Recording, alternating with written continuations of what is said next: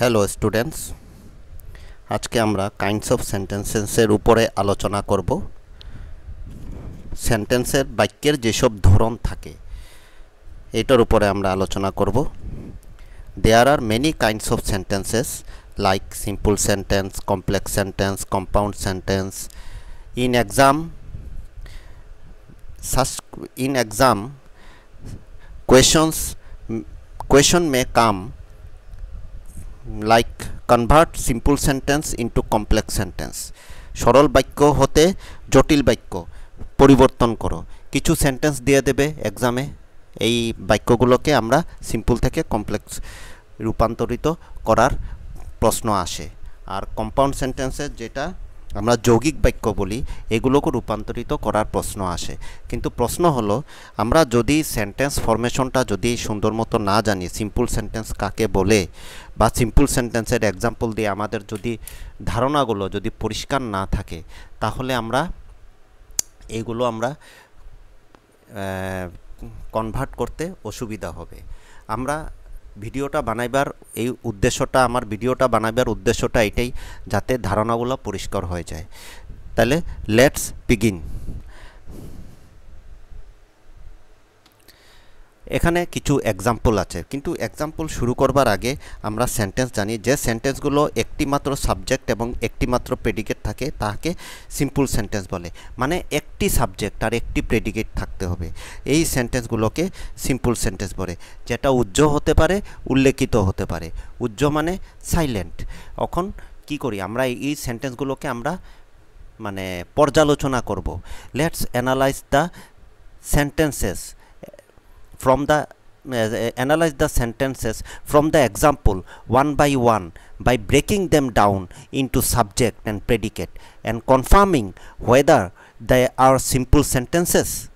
আমরা এখন এটা কনফার্ম করব আমরা সিম্পল সেন্টেন্স। প্রথম উদাহরণটাই হলো, আমাদের অশোক আদর্শ সম্রাট ছিলেন। Ashoka was an ideal empire. এখানে সাবজেক্ট কোনটা? এখানে সাবজেক্ট আমরা খুব ভালো করে জানি, এটা হলো আমাদের সাবজেক্ট। অশোকা হলো আমাদের সাবজেক্ট। আর প্রেডিকেট কোনটা?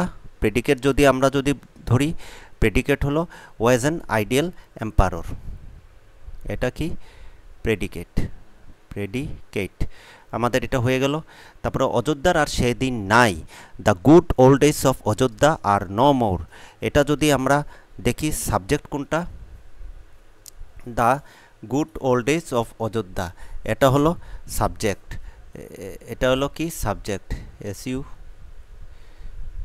এটা হলো the good old days of Ayodhya, subject.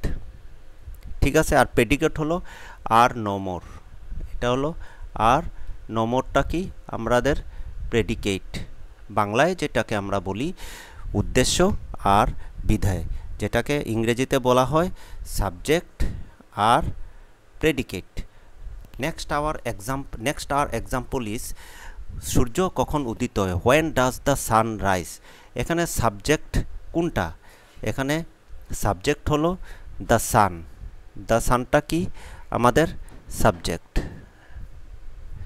এটা কি? সাবজেক্ট। আর প্রেডিকেট কোনটা? প্রেডিকেট হলো রাইস। রাইসটা হলো প্রেডিকেট।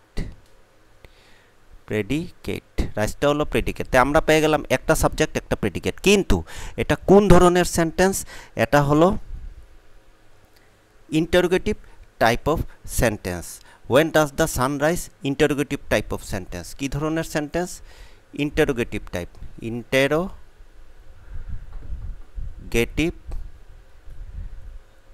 Interrogative type. আমি আর সেন্টেন্স আর লিখছি না। Interrogative type of simple sentence, কারণ এখানে একটা সাবজেক্ট আছে আর একটা প্রেডিকেট আছে। আর ইন্টারোগেটিভ টাইপ কেমনে হয়, ফরমেশনগুলো আমরা জানি, এগুলোর এখন আমাদের আলোচ্যর বিষয় না। when does দিয়ে আমাদের ইন্টারোগেটিভ টাইপ অফ সেন্টেন্স আমরা বানিয়েছি। নেক্সট হলো, জীবনে তুমি উন্নতি লাভ করো। May you prosper in life. এটা যদি আমাদের থাকে prosper in life, may you prosper in life. এটা যদি ইউটা যদি আমরা দেখি, ইউটা এখানে সাবজেক্ট। ইউটা কি? সাবজেক্ট। ঠিক আছে। আর প্রসপার ইন লাইফটা কি? May you prosper in life. Prosper in লাইফটা হলো প্রেডিকেট। প্রেডিকেট। কিন্তু এখানে আরেকটা কথা আছে, এখানে এটা সিম্পল সেন্টেন্স আমরা জানি, কিন্তু এটা কি ধরনের সিম্পল সেন্টেন্স? এটা হলো ইম্পারেটিভ টাইপ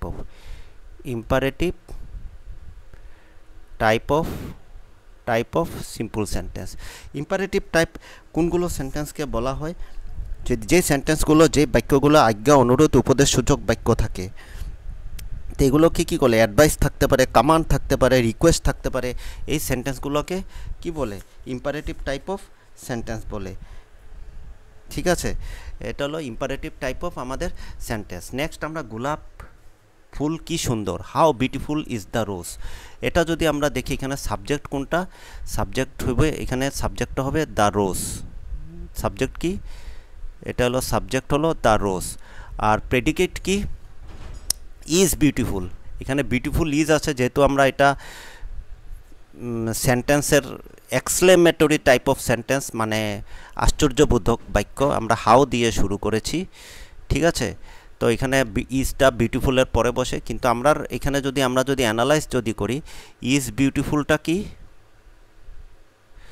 ইজ বিউটিফুল, বানানটা ঠিক করে লিখি, ইজ বিউটিফুল। ইজ বিউটিফুলটা হলো আমাদের ইজ বিউটিফুল, কারণ ইজটা হলো ভার্ব, আর এটা হলো কি? Object of the verb. Is বিউটিফুলটা মানে কি? আমাদের এটা কি? প্রেডিকেট। ঠিক আছে, এখন এটা কি ধরনের সেন্টেন্স? এটা হলো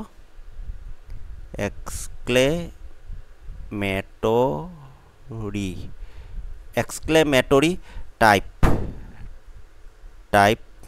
of sentence. Exclamatory type of sentence কি ধরনের সেন্টেন্স? এটা এক্সক্লেমেটরি টাইপ অফ সেন্টেন্স। আমি টাইপটা সুন্দর করে লিখে দিই, এক্সক্লেমেটরি টাইপ অফ সেন্টেন্স। এখন এগুলো হলো আশ্চর্যবোধক বাক্য।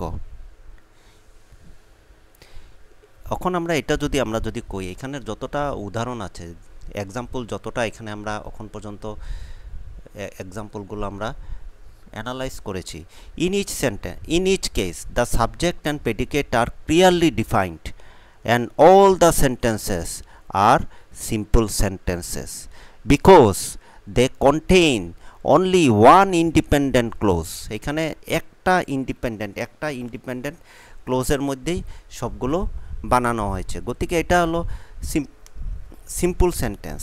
আর ক্লোজের বিষয়ে আমরা একটার উপরে ভিডিও বানানো যাবে। ক্লোজ যেটা আছে এখানে হলো ইন্ডিপেন্ডেন্ট ক্লোজ, সবগুলোই ইন্ডিপেন্ডেন্ট ক্লোজ এখানে যতগুলো আছে।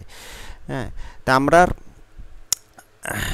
আশা করি মানে আমার এই সিম্পল সেন্টেন্সের উপর ভিডিওটি ভালো লেগেছে। যদি ভালো লাগে চ্যানেলটিকে সাবস্ক্রাইব করবে, কমেন্ট করবে, লাইক করবে। আমি এরকম আরও ভিডিও আনবো। নেক্সট যেটা ভিডিও আনবো কমপ্লেক্স সেন্টেন্সের উপরে আনবো, কম্পাউন্ড সেন্টেন্সের উপরে আনবো, আর conversion of complex sentence into simple sentence and simple sentence into complex sentence, এগুলোর উপরে ভিডিও আনবো। Thanks for watching, have a nice day. Thank you.